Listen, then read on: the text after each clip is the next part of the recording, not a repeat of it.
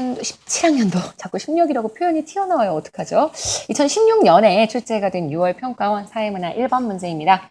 자연현상과 사회현상을 구분하는 문제인데요. 이런 문제의 특징은요. 정말 밑줄만 보시는 거예요. 그래서 문제에서 현상의 일반적 특징이라고 얘기했잖아요. 이건 정말 밑줄로요. 어디까지 밑줄이 쳐져 있는지를 본 다음에 자연현상과 사회현상 두 개를 대비해 주시면 되고요.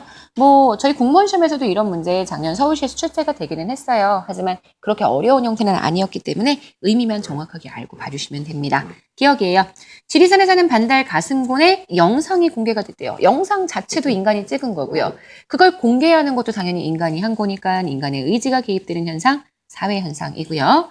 자, 유전적 다양성을 확보하기 위해 여기까지만 보면 마치 자연현상처럼 보여요. 근데 추가 뭐 한대요? 방사. 사람들이 풀어놓는다는 거죠. 그럼 방사하는 과정은 결국 인간의 의지가 개입되는 거니까 요거는 사회현상. 디귿이에요. 겨울잠에서 깨어난 곰들이 왕성한 활동을 한대요. 이거는 곰들의 생태계에 대한 얘기니까 자연현상이 될 거고요. 리을, 곰들이 출몰할 가능성이 있는 구역에 출입. 이거는 사람들이 출입하는 거라고 얘기할 수 있으니까 사회현상.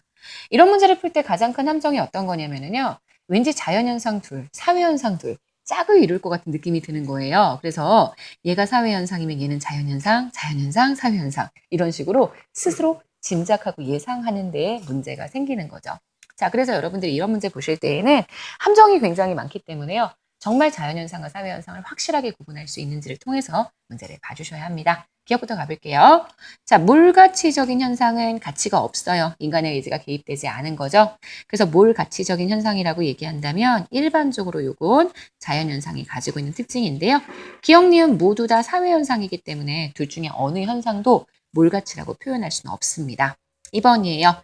당위법칙 어려워하시는데 당위는 규범이 존재해서 이걸 해야 한다 또는 하지 말아야 한다. 이것을 구분할 수 있다라는 게 당위 법칙입니다. 그래서 마땅히 무엇 해야 한다라는 가치 판단이 가능한 것, 이걸 사회현상에 나타나는 당위 법칙이라고 얘기를 하는데요. 당위 법칙을 따르는 현상은 아시는 것처럼 사회현상. 자, 니은은 지금 사회현상이고 디귿은 자연현상이기 때문에 니은과 같은 현상은 얘와 달리 당위 법칙을 따르게 되겠죠. 이번 맞는 선지가 되고요. 3번 개연성이라고 나와 있는데요. 개연성. 무엇 할 수 있는 가능성이죠. 인과관계의 측면에서 봤을 때 자연현상이 가지고 있는 인과관계는 필연적인 특징이 성립을 하는데요. 사회현상에 나타나게 되는 인과관계는 인과관계가 없는 건 아니에요. 하지만 100%가 아니죠. 확률의 법칙 또는 개연성의 원리라고 설명을 하기 때문에요. 개연성으로 설명될 수 있는 것은 사회현상.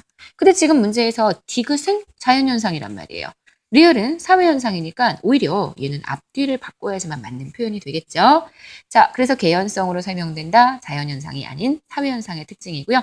반대로 필연성. 이거는 인과관계가 필연적이란 얘기예요. 인과관계의 필연성으로 설명을 하는 것, 요거는 아시는 것처럼 자연현상의 특징이다라고 보실 수가 있겠죠. 특수성이 강하게 나타나는 것은 사회현상의 특징입니다. 문제에서 사회현상은 기억, 니은, 리을이기 때문에 지금 마치 기억 디귿과 니은, 리을이 묶이는 것처럼 생각해 주시면 안 되겠죠. 1번의 정답은 그래서 2번 되는 걸 확인하실 수 있고요. 함정만 잘 골라내시고요. 자연현상과 사회현상을 표현하는 방법만 정확하게 아신다면 쉽게 정리를 할 수 있는 그런 문제가 아니었을까 싶습니다. 우리 이런 문제에서는 좀 자신감 좀 가지자고요. 아셨죠? 자, 저희 내일 뵐게요. 안녕히 계세요.